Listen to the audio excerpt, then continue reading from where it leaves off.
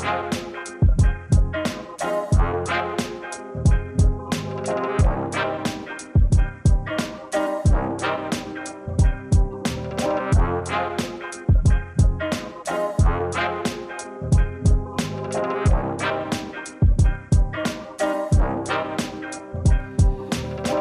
and gentlemen, welcome to Could Be Worse. My name is Tyler. This is Dom. Hello. I gotta get used to that lag again. We're recording remote once again. Last week was in person. I don't know if people could really tell. It sounded pretty smooth, but Yeah. Dom came to visit, so I got to see his pretty Polish face in person. Yeah, we got to finally look at each other instead of pulling up weird Wojaks on our computer. Yeah, I early on we figured out that it's weird to just sit in your room and talk into a laptop by yourself. So I started pulling up the Doomer Wojak of the guy with the beanie smoking a cigarette, because whenever I hear Dom's heroin infused voice, that's always the first image that comes to mind.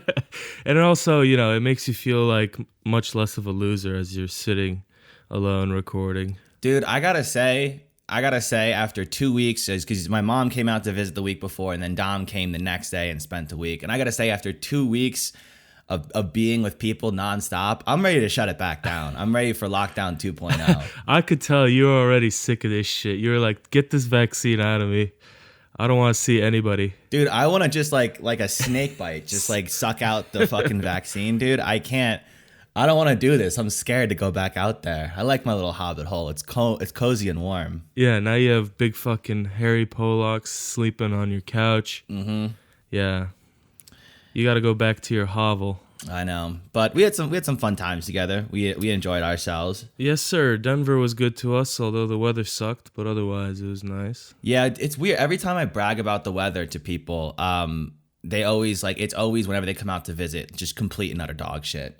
I'll be like, oh yeah, man, 70, sunny all the time. And then it'll today, it's beautiful out as soon as you leave. But whenever people come to visit, it always just wants to make me look like a fucking liar. Yeah, dude, you fucking told me, yeah, it's gonna be nice. We'll go hiking in the fucking national parks. We'll fucking, climb the we'll climb the Rocky Mountains. We'll fucking smoke weed amongst the hill people. Nah, dude, I pulled up.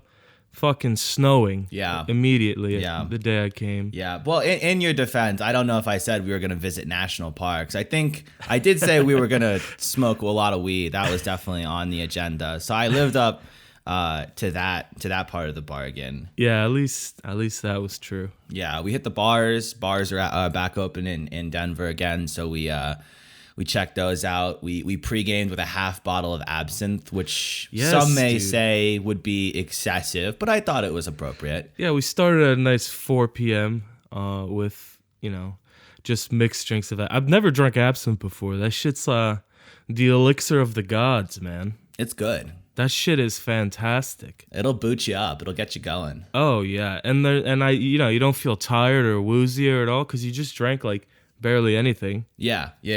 Very low, you only have to have a couple of them and it'll get you fucked up. We also, too, they sell this THC powder. It's you can dissolve in your drink. They sell at the dispensaries. Yeah. So we pocketed a few of those and brought them with us to the bar. And it's a weird moment in your life when you're looking around to make sure no one's watching you drug your own drink. Yeah, dude. I don't know if it's rock bottom or the top of the mountain, but it was something. People absolutely saw that and were like, those two fucking idiots are roofing each other. They probably thought we were going to, get ourselves nice and loopy and then go back to our gay sex den. Probably. But yeah, it was definitely, that would be an interesting way to get thrown out of a bar, for drugging your own drink. But that's who we are. This is week 4, people. If you don't know this is who we are by now, I don't know what to tell you. Yeah, we're not the highest of class. This is not highbrow. Yeah. This is not Pod Save America. No, certainly not. And most of the people listening are friends and family, so you should especially know who we are at this point. Yeah, I'm on vacation, bitch. Mm-hmm. Yeah. The Chauvin verdict dropped this week as well, while we were celebrating 420. Yeah. Which was could have been a big bummer. I'm glad things turned out well, because that could have been a real damper on the day. If we were just walking through the park and people were, smashing us in the head with bike locks or throwing cement milkshakes at us, that would be not so good. So I'm glad that one turned out well. That would have definitely thrown off our high. That's undoubtedly true. Yeah. And then did you see Nancy Pelosi came out and she was like, just completely put her foot in her mouth. I forget the exact quote, but it was something like fucking Nancy, dude. Yeah, she said she was like glad that George Floyd like sacrificed himself for justice. It's like that cannot be how it works. I mean, everyone else's reaction was, okay, good, but this is not, this is still, a loss of life. Right. Justice. Right. There's still like steps to be made. Right. To bring him back, et cetera, which are all good points. Yeah. Right. They had those tweets ready. I imagine everyone had like 2 folders of tweets and stories ready. Yeah. But to come out and be like, I'm glad he's dead. That's probably not the take, Nance. I gotta hand it to you. That's probably the stupidest take I've heard so far. Well, Nance is off a couple Klonopins and some Pinot, I'm sure. That's the kind of fucking politician she is, dude. Yeah. She's just a fucking Jersey stay-at-home, like, pillhead mom, dude. Yeah. That's really That's pretty like much what she is at this point. 110%. She's like the lady who you see just like kind of like dozing off in a lounge chair at the country club, sitting by the pool. Yeah, 2 zanned out. But somehow it would be like if that bitch somehow got up out of that pool chair, waddled her way into like a congressional office somewhere, and then somehow became Speaker of the House. Yeah, just started popping off anything she said. I mean, dude, that's such an off-base thing to say. Yeah. That he sacrificed himself for justice. Right. Oh, yeah. Dude, I had a terrible flight away from Denver, coming back to Jersey, dude. What happened with that? It was fucking egregious, man. It probably didn't help that I listened to like this like history podcast. Yeah. That like talks about like random various things. Mm-hmm. And I just had that the shit events on... in the 30s and 40s Germany, I believe. That's what it covers. Exactly that. Something about the elders of fucking, what's it called? Elders, don't worry about it. It debates a certain number and how big that number really... Anyway, keep it moving. It's just, So you were listening to your Hitler podcast and the flight was less than satisfactory, you said? Right. No, well, I was listening to a history podcast, and this one like episode that I was just on shuffle as I was on my way to the airport was about the fucking Tenerife like airport disaster. Mm-hmm. Where it's like 500 people, like 2 planes crashed into each other. That's not good. And that's what I was listening to on the way to the airport. Did you sneak a few of those edibles down your throat too? Because that's a dangerous combination. I took one of them. I was scared to take more than that. Yeah. I didn't want like a Dion Waiters situation where I had to get escorted off the plane at the end. I thought I'm dying in the middle of the cockpit. Yeah. But yeah. And then I got on the plane. I bought the cheapest ticket possible, so they just put me wherever the fuck. I thought they were about to put me in the cargo hold. I kept going back. I was on the last. Have you ever been the last seat in a plane? Yeah, when I used to fly for business, they always would give us those dog shit. Like they just spit in your face as part of like if for $10 cheaper, like they'll just kick you in the shin every time they walk past. I'm like, all right. I mean, bro, I had a period in my life where I had to, like, we didn't have plumbing in my house. I had to shit in the woods across from my house. Mm-hmm. And I have still never felt lower class than sitting in that last fucking seat on that plane. Yeah. Bro, it's a two rows of 3, and on one side is a couple with a child, and then across the aisle, I'm sitting with their 2 other fucking 6-year-old children. Oh dude. My God. Was this United, Bro. By the way? Because United, United, they seem to be a company that goes above and beyond to make sure you have the worst possible experience. You'd think that would be a strange business model to just make sure your customers have the worst possible fucking experience. But they're still here, so I guess it works. They haven't beaten up enough Asian guys or killed enough dogs Right. to really make an impact on their bottom line. But Lord knows they're trying. Dude, I mean, seeing those children in the last seat, I mean, I've never been more furious on a flight, dude. I fucking sit down. I sit down. I take out my headphones. You know, they have the TVs, so I was about to just start watching anything just to not have to talk to this fucking child, right? Right. I'm fucking trying to put my headphones in. My fucking monitor is stuck on Arabic. Okay. Like everyone else's. I'm looking everyone around me. They're watching fucking Seinfeld, you know, Tenet, whatever the fuck. And my shit is stuck. You're on watching a documentary fucking about Arabic. Muhammad Atta, which is a strange thing to show on a United flight. I just want to say for the record, you would think that would be a weird channel for them to broadcast. But again, this is their business model. I couldn't even figure out which fucking button was the fucking menu button so I could change the language. Right. I was just sitting there like an idiot, fucking just like clicking random shit. ISIS beheading videos kept popping up. Right. I mean, you got live leak going on the fucking thing somehow. It's like patched into a live leak feed. Yeah, dude, it's fucking ridiculous. You're watching like Russian car crash dash cam footage. Yeah, it's just like dark web fucking videos. Yeah. Yeah. Right. Everyone else is just watching normal television. So I have to fucking deal with that. I notice as I'm dealing with this, the fucking kid sitting next to me has a fucking Nerf gun. A fucking Nerf gun, dude. That's gotta be. You can't. I got my bag checked and I had a dog sniffing me. And sure, I know what I look like. And you also did bring narcotics to and from your location, so they're sniffing in the right place. I did bring drugs there and back, different drugs each way. Yeah. So I mean, fair, all right? Yes. You know, the dog had a point, but you know, besides that.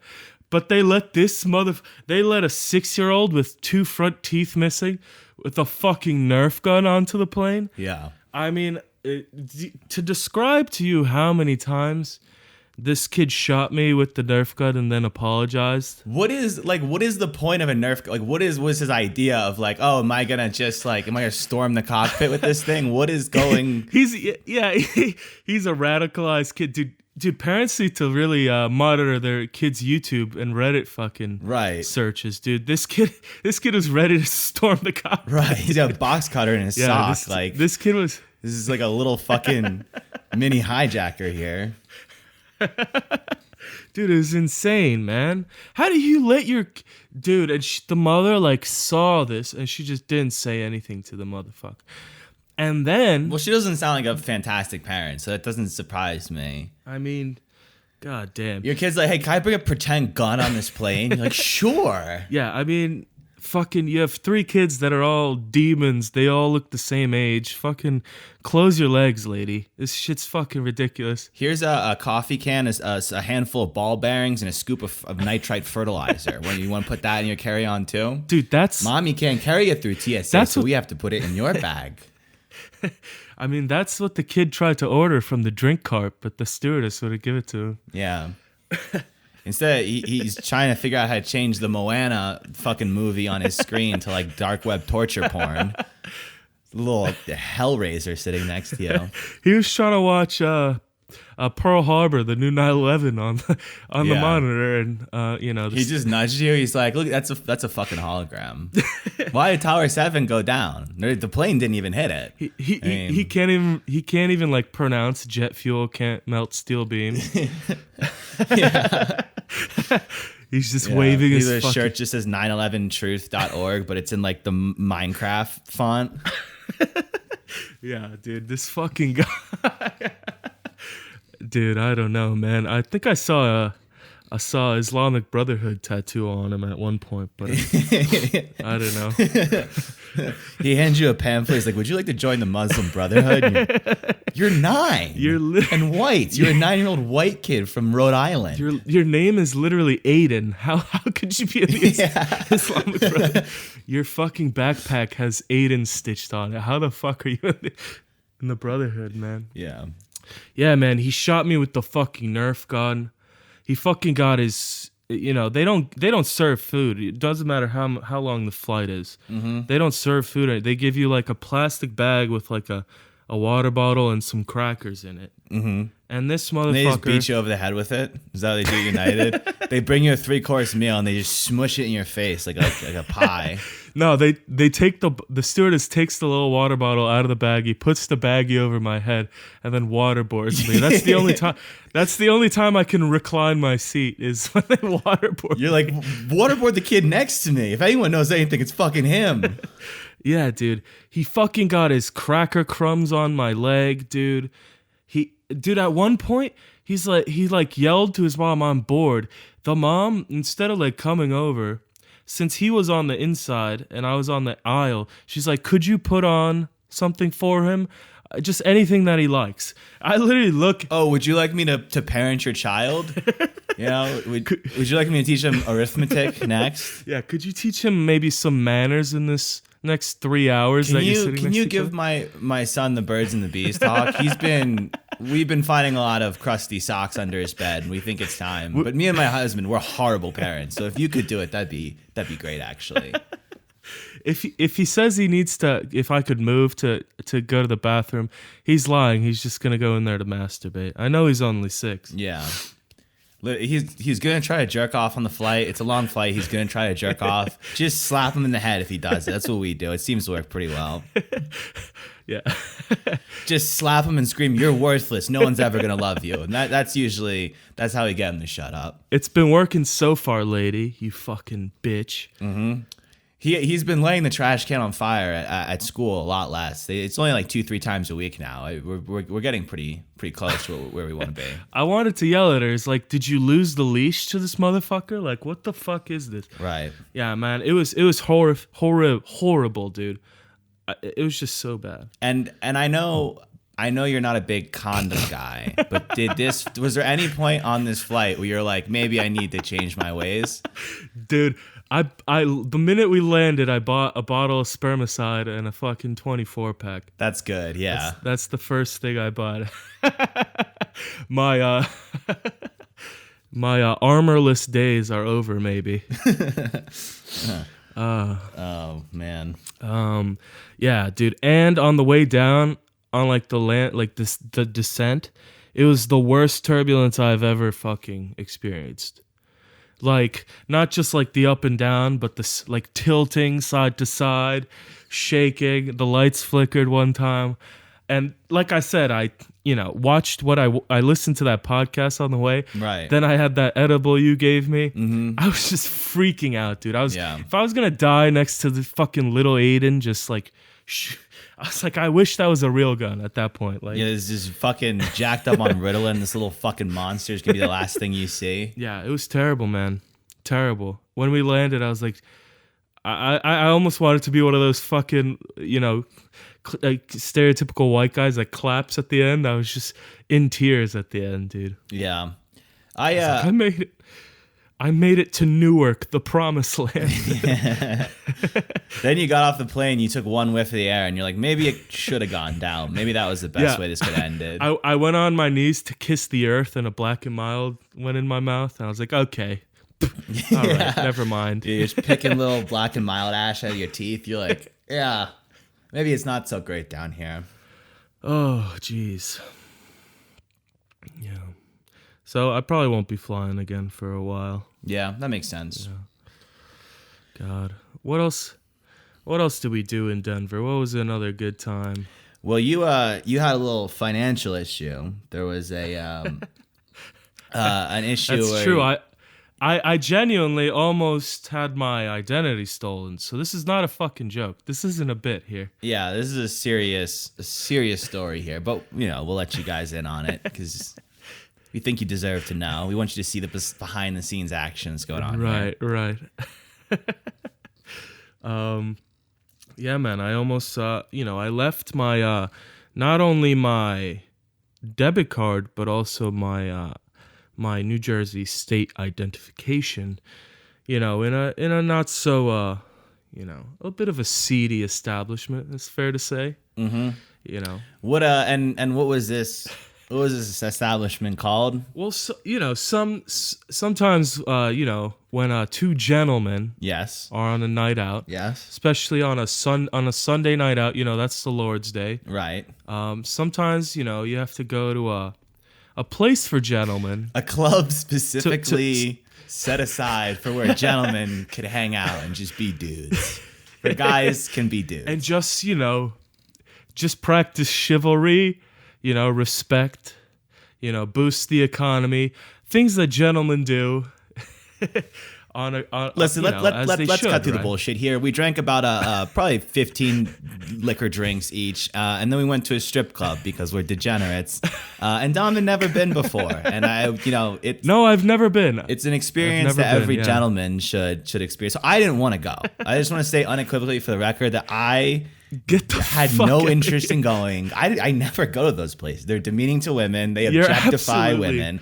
I don't like them. But Dom, well, I wanted to give my co-host an experience. I wanted to give him a life experience, and I wanted to give you people material. I wanted you guys to have something interesting to listen to. So God, you're so full of shit. After having my arm twisted in several different directions, I finally decided to hit the ATM, take out $60, which I did not have, and convert it into ones and throw them at a stripper's butt cheeks for a good hour or so. Hey. Again, I want to reiterate something that I took no pleasure from. No, we did this for podcast material solely for that. Specifically. We could have easily gone home after those 46 drinks we had. Yes. Taken, you know, whatever pills there are in that plethora that Ty has in his fucking medicine cabinet, and just relaxed. All of which are legally prescribed and were dispensed by a licensed pharmacist, I may add. Yeah, but instead we thought we'd have ourselves a nice gentleman's night out. You know. And Dom was so busy drooling over tits that he left his debit card and an ID behind the bar. He lost them and woke up the next morning to an empty wallet.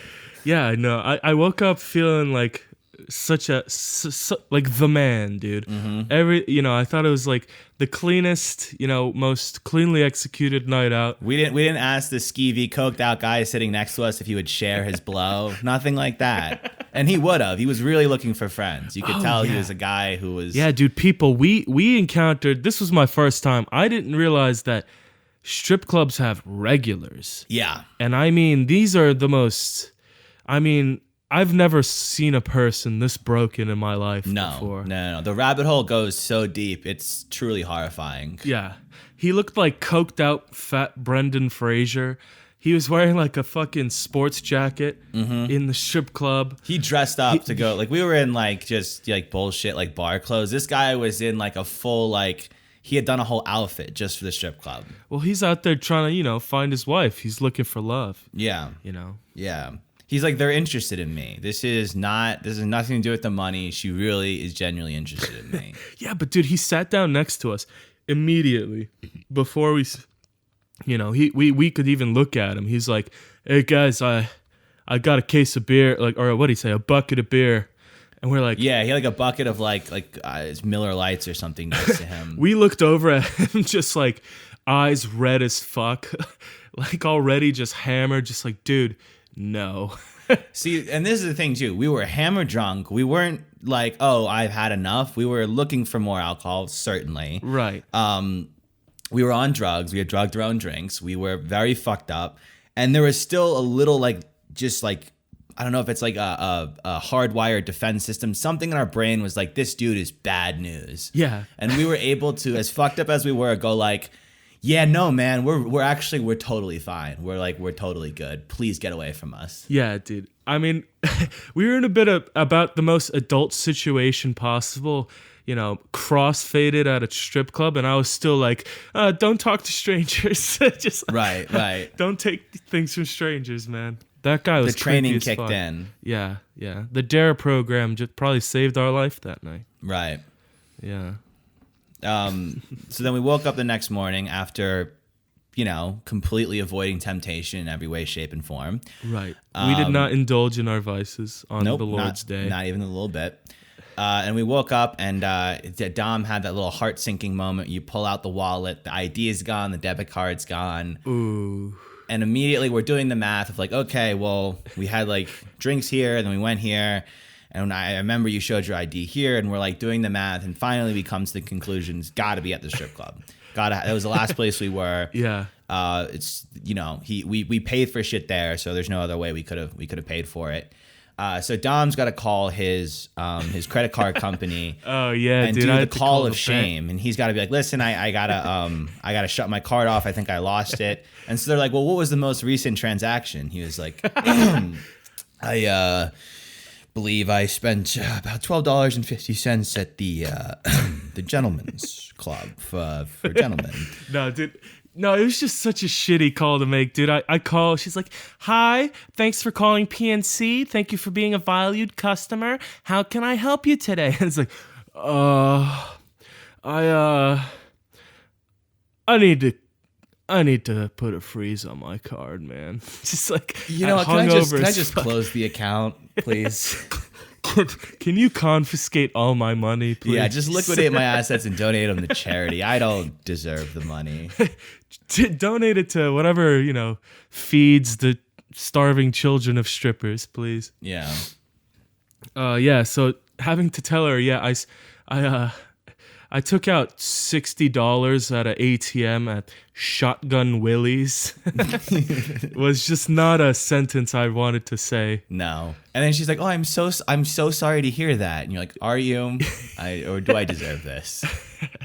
I mean, there's no way she hasn't had this, conversation so many times. Yeah, probably a frequent issue people. I mean, that's probably the number sure. one place you lose your shit. So, But it is what it is, I no regrets on this side, bro. Yeah, $30 Uber there and back on a Monday afternoon. And the funny part was we're like we're standing outside of this strip club, and first of all we see like people walking in at like 2:00 on a Monday afternoon, which is like hate to see what's going on in that dude's life. Right, that dude in his own way is already like the party's over, bud. Right. Yeah.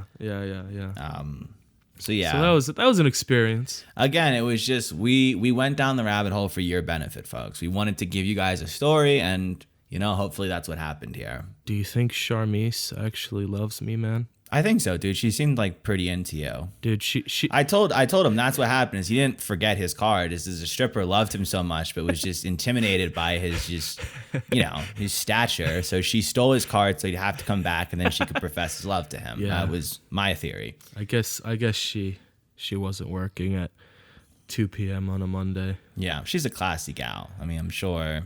Yeah, she's more of a Sunday night. She's the one that got away, man. Yeah. She's the one that got away. I feel like as a man in your life, there's always one or two women that just slip through your fingers. And Charmise, if you ever hear this, there's always room in my heart for you. Oh yeah. Well, I think on that note, I think we're probably gonna wrap it up. We're hitting the end here. I think we've sufficiently embarrassed ourselves enough this episode. Oh, I certainly have. Every week, I just embarrass myself a little bit more. Mm-hmm. God knows what's coming up. Who knows? It only goes downhill from here. And ladies and gentlemen, stay tuned. Yep, exactly. Stay tuned to see how low we'll sink. Alrighty, people. All right.